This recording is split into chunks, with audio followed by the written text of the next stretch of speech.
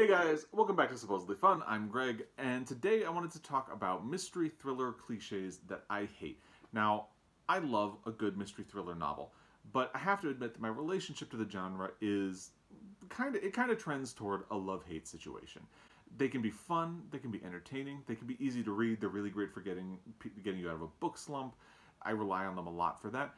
But I have a lot of pet peeves that get tripped far too often within the genre. These are the 5 mystery tropes that drive me the most completely bonkers.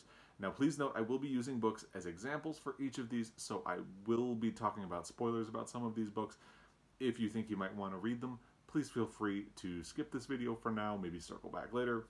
But let's get started. The first thing that absolutely drives me nuts is when a mystery thriller novel teases the reader. I recently saw a commercial for one of those master classes where they get an expert in a field to teach you about how to follow in their footsteps. And this one was hosted by John Grisham, and the teaser was that they had him giving advice on how to write a mystery novel. And his big piece of advice was have something secret in your protagonist's past and tease the reader about what that thing is. They'll want to keep reading to find out what it is. And I wanted to throw something at my computer screen because that is exactly what drives me nuts. I hate it. I absolutely hate it. It is the cheapest trick in the book, no pun intended. It's a really lazy way to try to build suspense, and most of the time the reveal isn't even worth the energy it takes to get to that point, so it just drives me insane. The example I used for this one is The Last Time I Lied by Riley Sager. The protagonist in this book, Emma, is haunted by the night in which her roommates at summer camp just disappeared without a trace. Riley Sager has Emma tease the reader that she knows something or did something on that night that is related to the disappearance. Emma is constantly saying things like, I'll always hate myself for that thing I did that I don't want to talk about right now. Or when she meets up with somebody else who was at the summer camp the night of the disappearance, she thinks to herself, well, if she only knew what really happened that night, she would never forgive me. End of chapter. And then the next chapter picks up and leaves it up, and you're just supposed to keep reading to find out what happens, and it drove me nuts. Oh, God. It's so cheap and lazy. And the worst part is, in this case, Riley Sager isn't building suspense or earning the right to the attention. He's just teasing you. And that's why it drives me so bonkers when this happens, because it's just a narrative trick. It doesn't ultimately mean anything. And this book is particularly maddening because the teasing is misdirection. Sager is desperately trying to get you to think so hard about what Emma did so he can come at you from a completely different direction later. And it's supposed to be surprising, but for me it was just exhausting. So please, don't do this anymore. Don't listen to John Grisham. Don't be like John Grisham. So really, this video idea came to me because I'm currently listening to the audio of Tangerine by Christine Mangan. And I honestly don't know that I can continue with it because I've been listening to it for almost 3 hours now, and basically, Mangan has relentlessly had the 2 female narrators back and forth remind me that they haven't seen each other since something happened when they were in college a year ago. And what happened? Who's responsible? I have no idea. But I'm meant to keep listening to find out, and I really don't think I have the energy because it's cheap. Like, this book has been compared to Patricia Highsmith, but Patricia Highsmith would never do this to her reader. She'd build suspense in a much more natural way. So, I don't know if I can continue with Tangerine. If you've read Tangerine, please let me know. Does it get better? Is it worth hanging in? I'm thinking I'm going to DNF it, but you let me know. Alright, so the next mystery thriller cliche that I just can't stand is irresistible male leads. So basically, in this scenario, the protagonist of the book, who is male, becomes a sort of vehicle for a porn fantasy wish fulfillment type thing. He can get any girl he wants, and it's like the James Bond series. It's that same kind of idea. Any woman in the book is pretty much treated like a disposable sex toy, and it's gross. Last year, I called out the book Beautiful Lies for this, and in this book, the protagonist is a dope. He's not particularly smart. He's not interesting at all. And yet, every single female character in the book wants to sleep with him or does sleep with him, including his stepmother. Basically, all of the female characters in this book are either mother figures, sex objects, or victims, and they frequently tick more than one of those boxes. It's gross. Now, I tend to like Michael Connelly's books, and I'm going to talk about one of his books called The Poet later, but for this particular cliche, I want to talk about this book that is the sequel to The Poet. It's called The Narrows.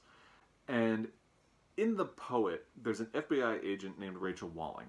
She comes back in the sequel, but Harry Bosch, who is Michael Connelly's main protagonist in his writing, was not in The Poet. He shows up for the sequel, and he and Rachel Walling just do the nasty for the whole book, and basically her dignity goes out the window so quickly in this book, especially since she was romantically involved with the guy who was the main male protagonist in The Poet. So it becomes hard to take her seriously because she's just there to have sex with the male protagonist and help him solve the crime.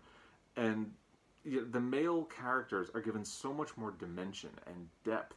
They're much more complicated characters, and she's just there for sex. And that is a perfect summation of what I don't like about this cliche. Next, let's talk about a problem that only happens to female characters in books. It's unreliable female leads. This is a recent trend. It kind of started with Gone Girl. The idea of an unreliable female narrator was quickly capitalized on by the girl on the train. And I do think the girl on the train managed to use it successfully. So you can't really trust what she saw, she can't trust what she saw or what she knows, and other people can't trust what she thinks she knows. But it uses the complication well, I think. It's after the girl on the train that I think things really started to go off the rail.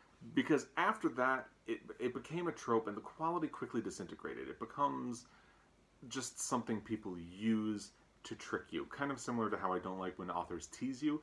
It just becomes something that they use to make you unsure of what's happening so they can surprise you later.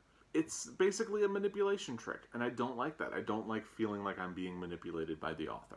Ruth Ware has gone to this well quite a bit, most prevalently in The Woman in Cabin 10. In that book, the protagonist, Lo, is basically just drunk all the time. So she's frequently confused about what's happening, and of course that means that even she isn't sure when she thinks she witnesses a murder. Nobody believes her, so it's okay, but it's also not great. So it's just kind of there. It is what it is. The biggest offender that I can think of for this recent trend is The Woman in the Window, which is something I called one of the worst books of 2018. Now, this is where it really felt manipulative and lazy to me. And it really made me think that we need to move away from this trend. And I felt vindicated for feeling that so much of The Woman in the Window was like calculated manipulation toward the reader when I read the New Yorker piece that recently came out about the author, who is not actually named A.J. Finn. A.J. Finn is a pseudonym for a man named Dan Mallory, who was a chronic liar and a total narcissist. I will link the article below. Please read it. It's a fascinating read. And basically, he approached writing a book with a kind of paint-by-numbers thing. He would look at things that made other books bestsellers or interesting, and then kind of Frankensteined them together into The Woman in the Window. And it worked. This was I think it was the best-selling book of 2018. And it has a movie adaptation coming out later this year starring Amy Adams. So it worked. I hated it, though, and I know, actually, I've never heard anybody who's passionate about this book, even though it's such a wild runaway bestseller. So I'm curious about that. If you liked The Woman in the Window, please let me know. I have actually yet to hear anybody say that they really liked it. So, there you go. The next mystery thriller cliche that I hate is when it's personal.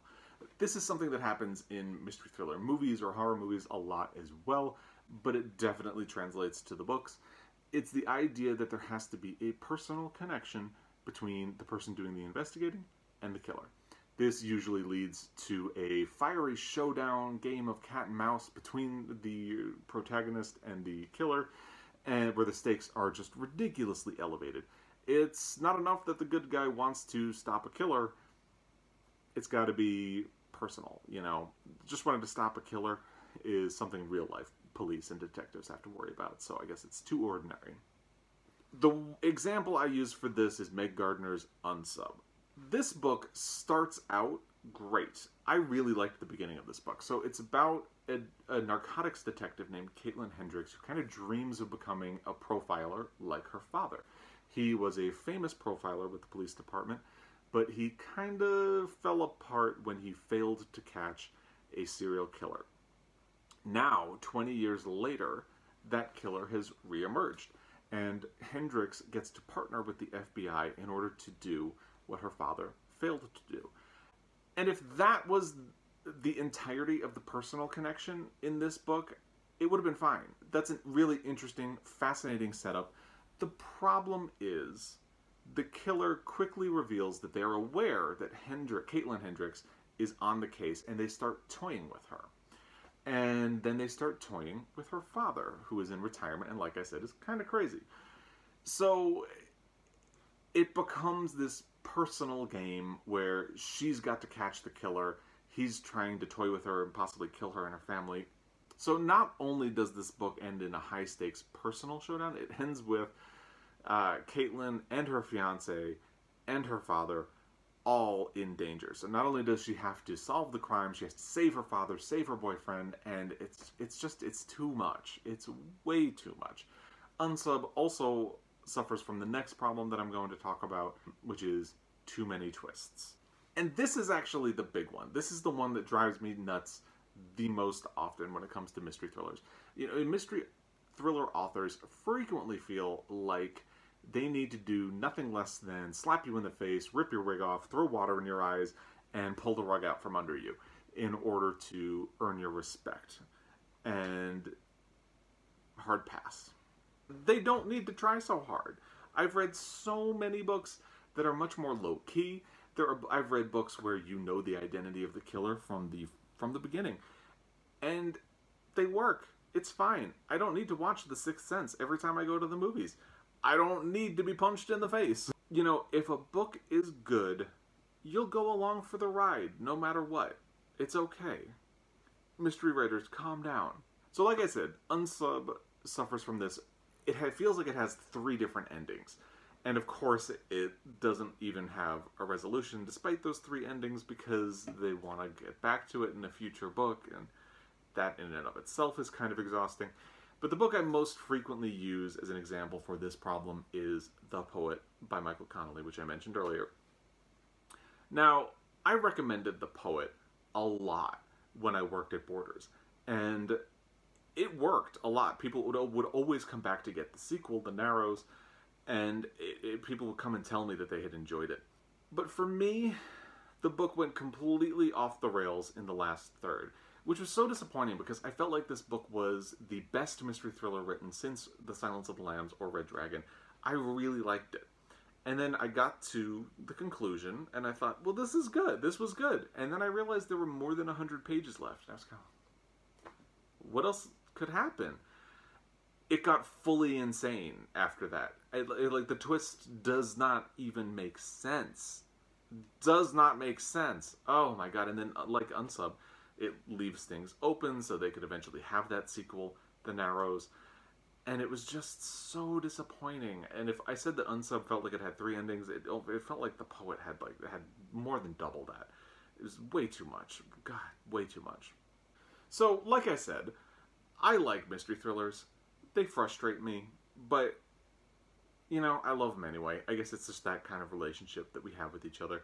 I'll always go back to them. But these are things that I really wish we could just move beyond, and I think the genre would be much better for it.